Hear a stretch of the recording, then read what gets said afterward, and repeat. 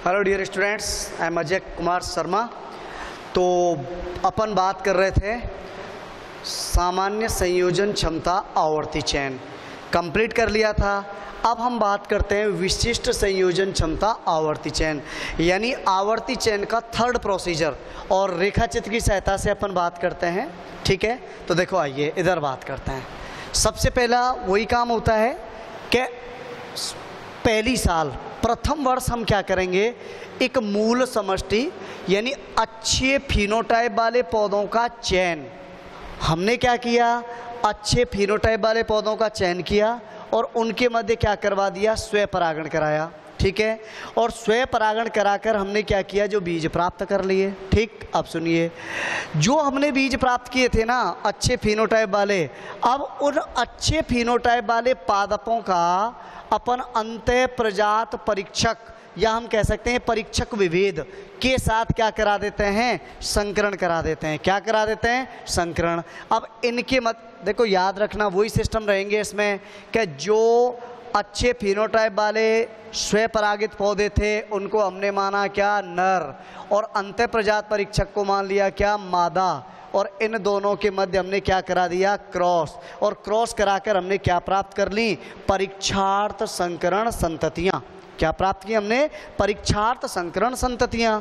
यहाँ तक। अब सेकंड साल यानी सेकंड ईयर में क्या करेंगे कि हमने जो परीक्षार्थ संकरण संततियां प्राप्त की थी उनका हम वापस वो ये सब इनका पुनरावर्तित उपज परीक्षण करते हैं। अब मैं पहले ही बता चुका हूं कि इन परीक्षार्थ संकरण संततियों को उगाकर हम ये टेस्ट करते हैं कि इनमें हमने जो लक्षण चाहिए थे क्या वो लक्षण उपस्थित हैं। और ऐसी स्थिति में हम क्या करते हैं, जब उनको उगाया जाता है तो हम सेकंड ईयर में नेक्स्ट क्रिया क्या करेंगे, इनमें से अच्छी संततियों की क्या कर लेते हैं, पहचान कर लेते हैं। ठीक है ना। अब सुनो, उसके बाद थर्ड ईयर की बात करते हैं। तीसरी साल में हम क्या करेंगे कि हमने जो अच्छी संततियां की पहचान की थी, यानी परीक्षार्थ संकरण, और परीक्षार्थ संकरण में से अच्छी संततियों को हमने क्या कर लिया, चयनित कर लिया। अब देखो तीसरी साल में हम क्या करेंगे कि अच्छी परीक्षार्थ संकरण संतति पैदा करने वाले जितने पौधे थे उनको अलग किया जाता है, और उन पादपों के मध्य हम क्या करा देते हैं, स्वयं परागण। यानी पहली बात तो हम उन पादपों को देखते हैं जिनके द्वारा अच्छी संततियां पैदा हुई, और उन पादपों को अलग करके उनके मध्य हम क्या करा देते हैं, स्वयं परागण कराते हैं।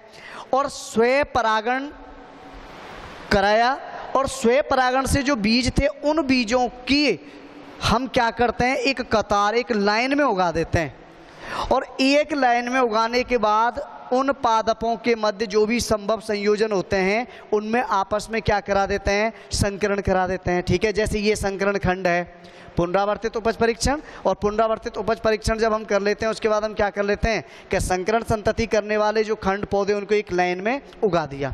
उगाने के बाद इनमें संभव संयोजनों के मध्य हमने क्या करा लिया, क्रॉस करा लिया। ठीक है ना। अब क्रॉस कराने के बाद फिर हम क्या करते हैं, देखो नेक्स्ट, के प्रत्येक यानी लाइन में उगे हुए प्रत्येक पादप से हम बराबर बराबर मात्रा में संकरित बीज लेते हैं, और बराबर बराबर मात्रा में संकरित बीज लेकर एक मिश्रण प्राप्त कर लिया। ठीक है, और एक मिश्रण प्राप्त कर लिया। इसी के साथ में हमारा प्रथम चयन चक्र यहाँ कंप्लीट, यानी तीसरी साल में हमारा प्रथम चयन चक्र कंप्लीट हो गया। अब हम सेकंड चयन चक्र स्टार्ट करते हैं। तो चौथी साल में कैसे करेंगे, देखो कि सभी संकरणों के बीजों के मिश्रण को उगाते हैं। ये रहा, अपन ने पढ़ा उन्नत परीक्षण विभेद समष्टि, इनको उगाया, और उगाने के बाद वापस वही प्रोसेस, पहली साल की क्रिया रिपीट करेंगे। अब पहली साल की क्रिया रिपीट करेंगे तो हमें क्या चाहिए साहब, अंतः प्रजात परीक्षण चाहिए। और अब वही बात है, इसको हम नर मानेंगे, इसको हम मादा मानेंगे, और इनके मध्य हम वापस क्या करते हैं, क्रॉस कराते हैं। क्रॉस करा दिया।